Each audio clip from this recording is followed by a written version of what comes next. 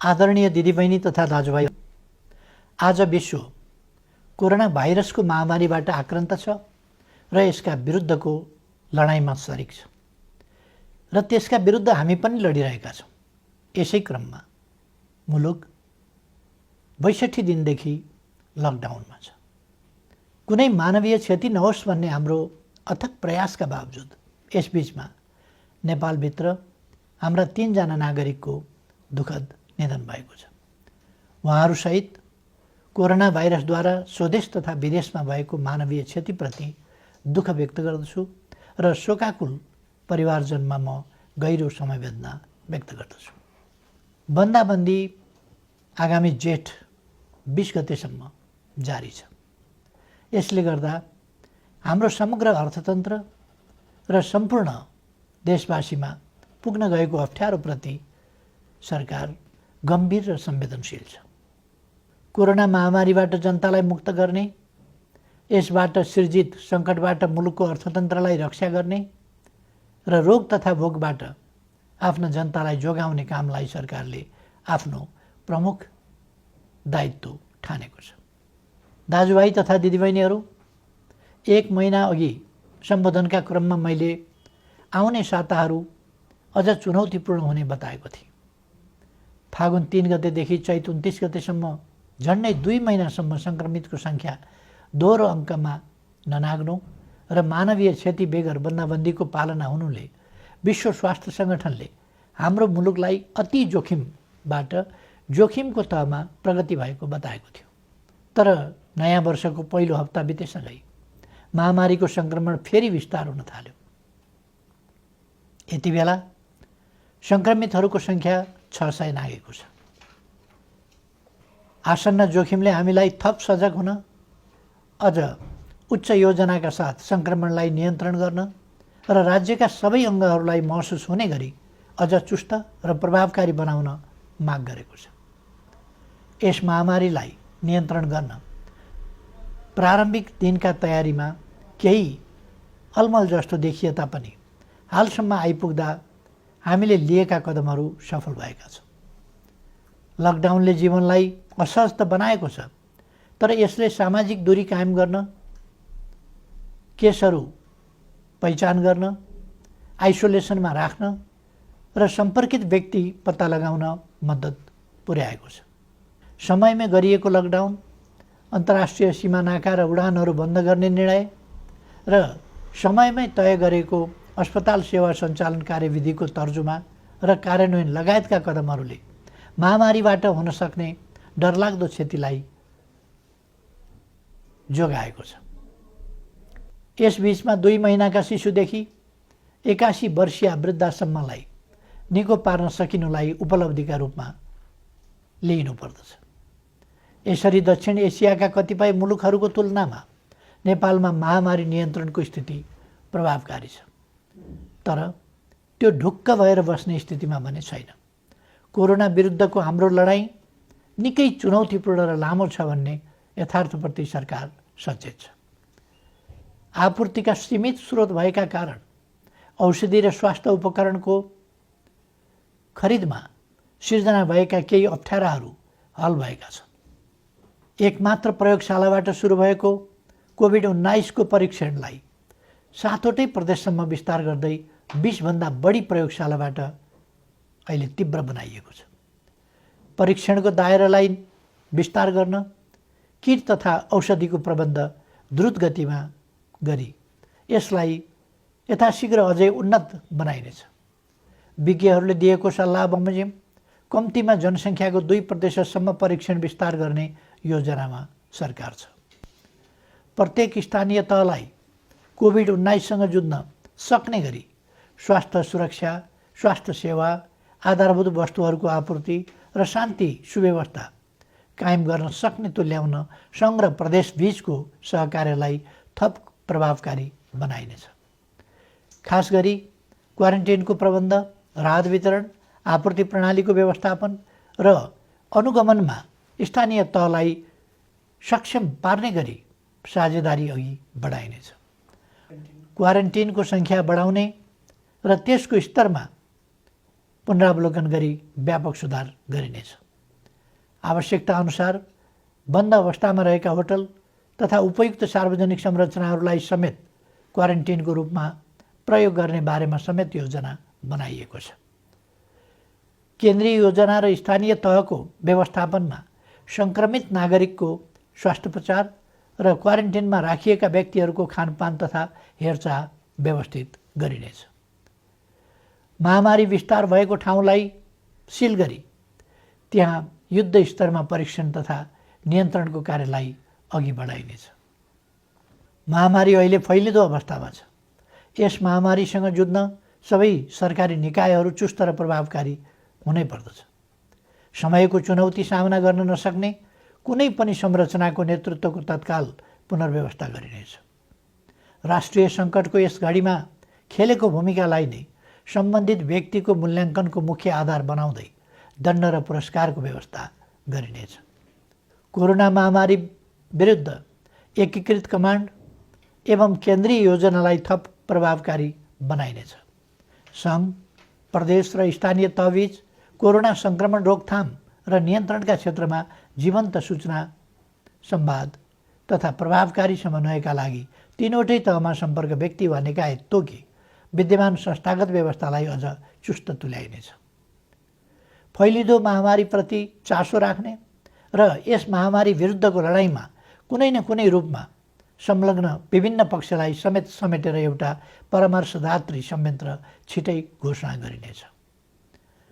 दिदीबहिनी तथा दाजुभाइहरू, कुनै पनि विषयले कोरोना विरुद्धको जारी युद्धलाई कमजोर पार्न हुन्न भन्नेमा म स्पष्ट छु। मैले पहिले पनि भनेको छु, मानिसका लागि जीवन पहिलो कुरा हो। रोग वा भोक केहीबाट पनि हाम्रा देशवासीको जीवन जोखिममा पर्न नदिन सरकार हदैसम्म प्रयत्नशील रहन्छ।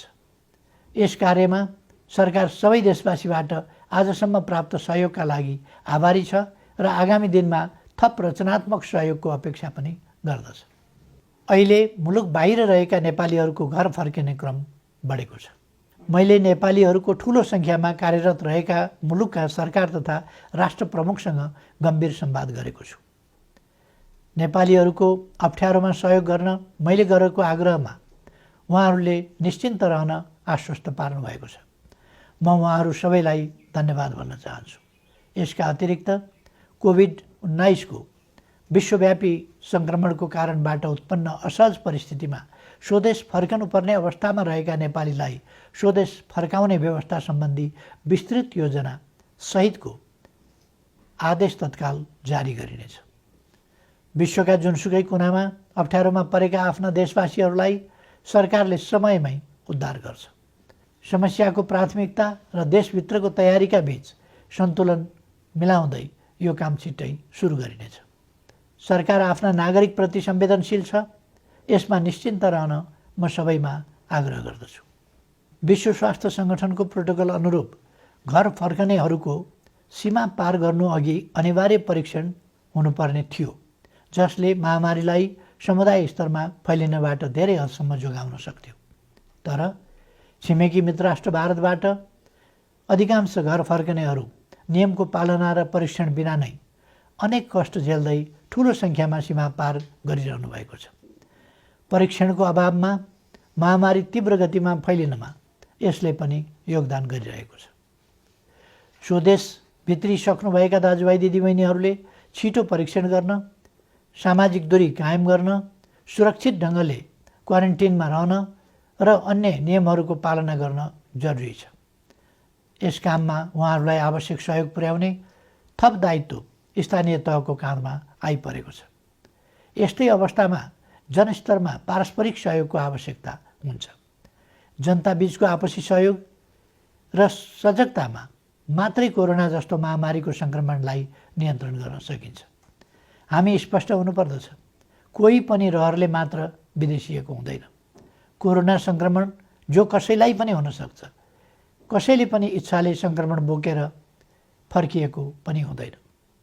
कसैको पनि बोली र व्यवहारबाट घर फर्किएकाहरूको आत्मसम्मानमा चोट नपुगोस् भन्नेमा सचेत रहन म सबै देशवासीहरूलाई आग्रह गर्दछु। घर फर्किएका सबै दिदीबहिनी दाजुभाइहरूलाई आफ्ना कारणले आफ्नो परिवार, छरछिमेक तथा समुदायमा महामारी नफैलियोस् भन्नेमा सतर्क रहन र चिकित्सक तथा प्रशासनको सल्लाह बमोजिम स्वास्थ्य सम्बन्धी अन्य नियमहरूको पालना गर्न अनुरोध गर्दछु। अप्ठ्यारो बेलामा केही तत्त्वहरू जनतामा भ्रम फिजाएर आफ्ना अलग स्वार्थ र उद्देश्यहरू पुरा गर्न सक्रिय हुन सक्दछन्। यसरी जनतालाई भ्रमित गर्दै समाजमा असन्तोष फैलाउन उद्धत गैर जिम्मेवार तत्त्वहरूको बहकावबाट सतर्क रहन समेत आह्वान गर्दछु। विश्वव्यापी प्रवृत्ति र हाम्रो मुलुकमा त्यसको प्रभावलाई हेर्दा यस महामारीको सङ्क्रमण अझै केही अवधि जारी रहने देखिन्छ। समुदायमा सङ्क्रमण थप विस्तार हुन नदिन आवश्यक सावधानीका साथ केही नयाँ कदमहरू चालिनेछ। महामारीका कारण माध्यमिक शिक्षा परीक्षा एसईई सञ्चालन हुनुभन्दा 2 दिन अगाडि स्थगित गर्नु परेको थियो। यो परीक्षा सञ्चालन हुन नसक्दा लाखौँ विद्यार्थी अहिले अन्यलमा छन्। अहिले तत्काल परीक्षा सञ्चालन गर्न सकिने अवस्था पनि विद्यमान छैन। तसर्थ एसईईका परीक्षार्थी विद्यार्थीहरूको सिङ्गो शैक्षिक वर्ष खेर जान नदिन शिक्षा, विज्ञान तथा प्रविधि मन्त्रालयले छिट्टै आवश्यक प्रबन्ध मिलाउनेछ। आवश्यक नीतिगत व्यवस्थासहित मन्त्रालयले भर्चुअल कक्षाको समेत प्रयोग गरी सबै विद्यालयहरूमा नयाँ शैक्षिक वर्ष अन्तर्गतको पठन पाठन सञ्चालनको काम अघि बढाउनेछ। कोरोना भाइरस महामारीको जोखिम न्यून गर्दै आवश्यक आर्थिक क्रियाकलापलाई सुचारू गरिनेछ। सरकारको नीति तथा कार्यक्रममा जोड दिइए अनुरूप खेतीपातीको याम खेर जान नदिन सामाजिक दूरी र आवश्यक परहेजलाई ख्याल गरी कृषि कार्य अघि बढाइनेछ।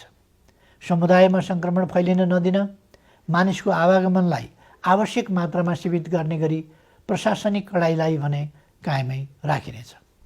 कोरोना महामारीका कारण थपिन सक्ने गरिबी र बेरोजगारीलाई समाधान गर्न कृषि क्षेत्रको अहम भूमिका हुने कुराप्रति सरकार सचेत छ।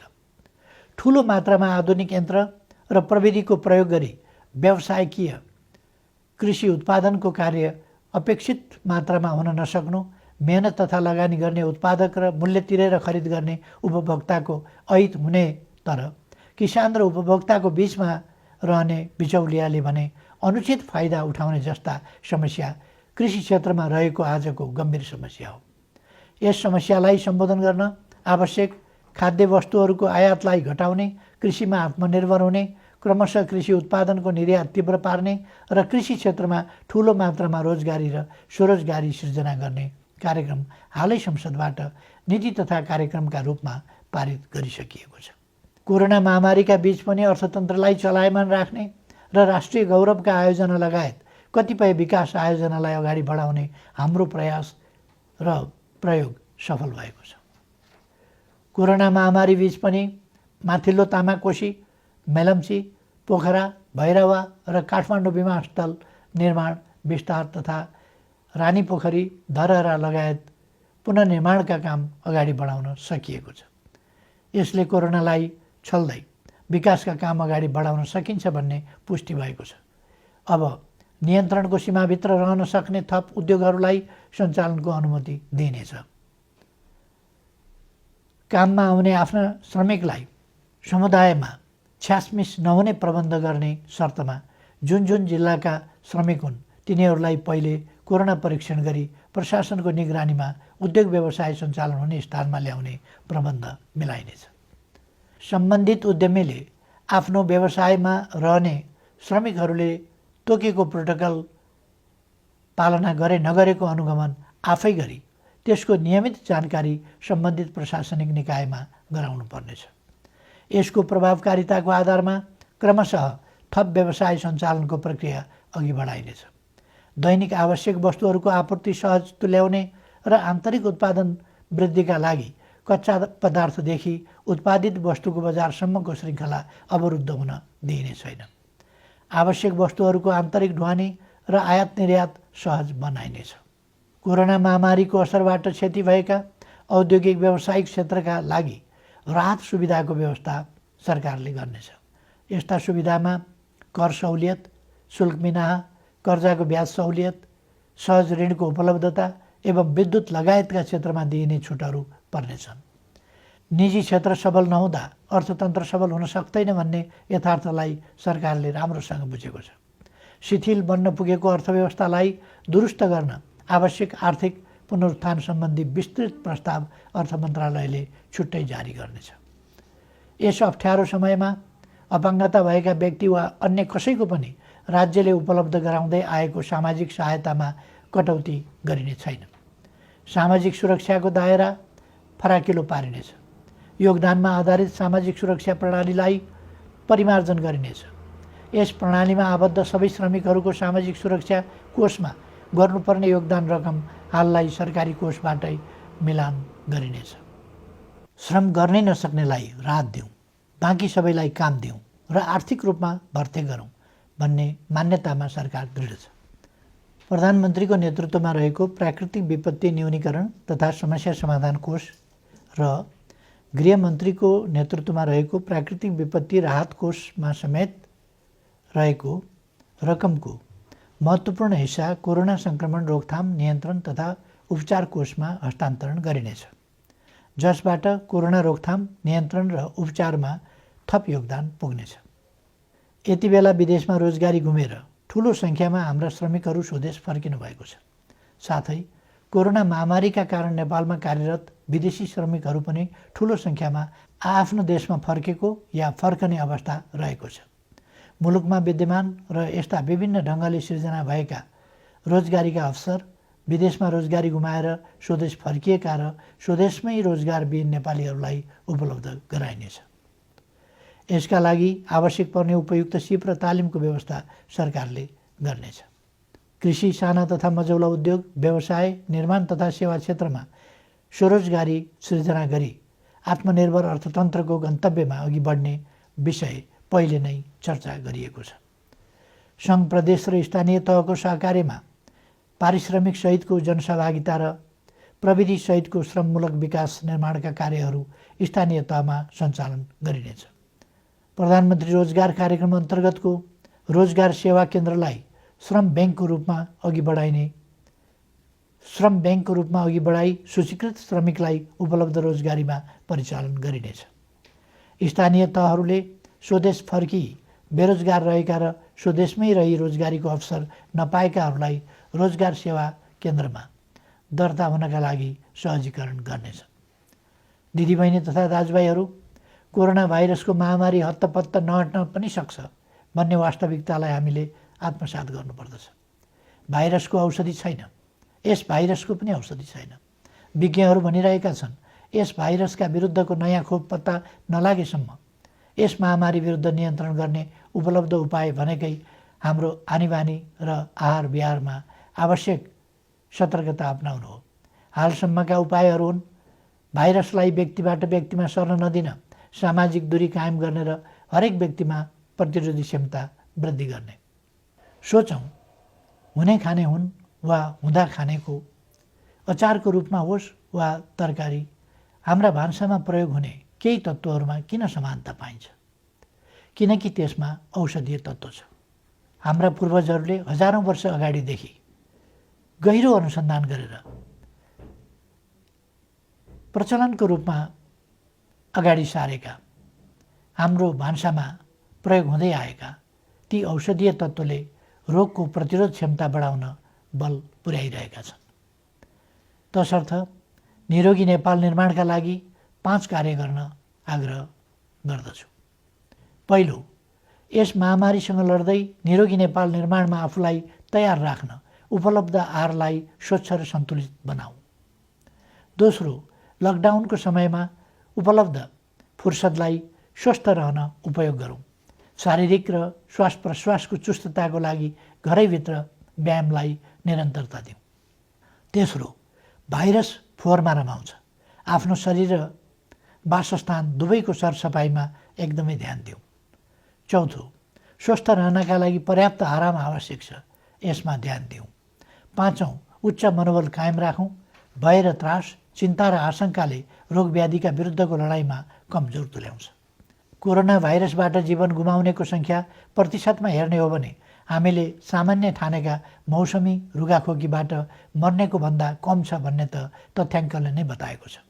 नबोलौँ, हरेक चुनौतीको सामना गरेर नै मानव जाति आजको स्थानमा आइपुगेको हो। मानव जातिले सभ्यताको इतिहासमा असाधारण प्रतिकूलताहरूको सामना गरेको छ। हिमयुग जस्ता अनेक कठिन समय पार गरेको छ।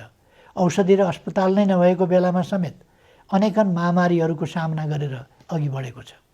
मैले पहिले पनि चर्चा गरेको छु, चुनौतीको सामना गर्ने, लडेको ठाउँबाट धुलो टकटकाउँदै उठ्ने र अघि बढ्ने नेपालीको चरित्र हो। हाम्रो आनीबानी र खानपिन ठिक हुँदा हामी जोगिन्छौँ र कोरोनालाई पराजित गर्न सक्छौँ। त्यसैले सकारात्मक सोच राखौँ। सरकारले यसलाई निरोगी नेपाल निर्माण अभियान भनेको छ। निरोगी नेपाल निर्माणलाई मूल स्वास्थ्य नीति बनाएको छ। प्रकृति मैत्री स्वच्छ जीवन प्रणाली प्रवर्धन गरी नेपालीको रोग प्रतिरोधी क्षमता वृद्धि गर्न निरोधात्मक कार्यक्रम सञ्चालन गर्ने नीति अघि सारिएको छ। हाल कोरोना महामारी विरुद्ध सबै सामर्थ्य लगाउने र कोरोना मुक्त नेपालको स्वास्थ्य सेवामा प्रतिरोधात्मक र उपचारात्मक विधि अवलम्बन गर्न सरकार प्रतिबद्ध छ। नेपालीहरूको मनोबल उच्च छ र प्रतिरोध क्षमता पनि असाधारण छ। यस महामारीलाई सरकारले अघि सारेका विभिन्न उपायहरूसहित आफ्नो उच्च मनोबल र प्रतिरोध क्षमताका साथ पराजित गर्नेछौँ भन्ने मैले विश्वास लिएको छु। सबैमा सुस्वास्थ्यको कामना गर्दछु। धन्यवाद।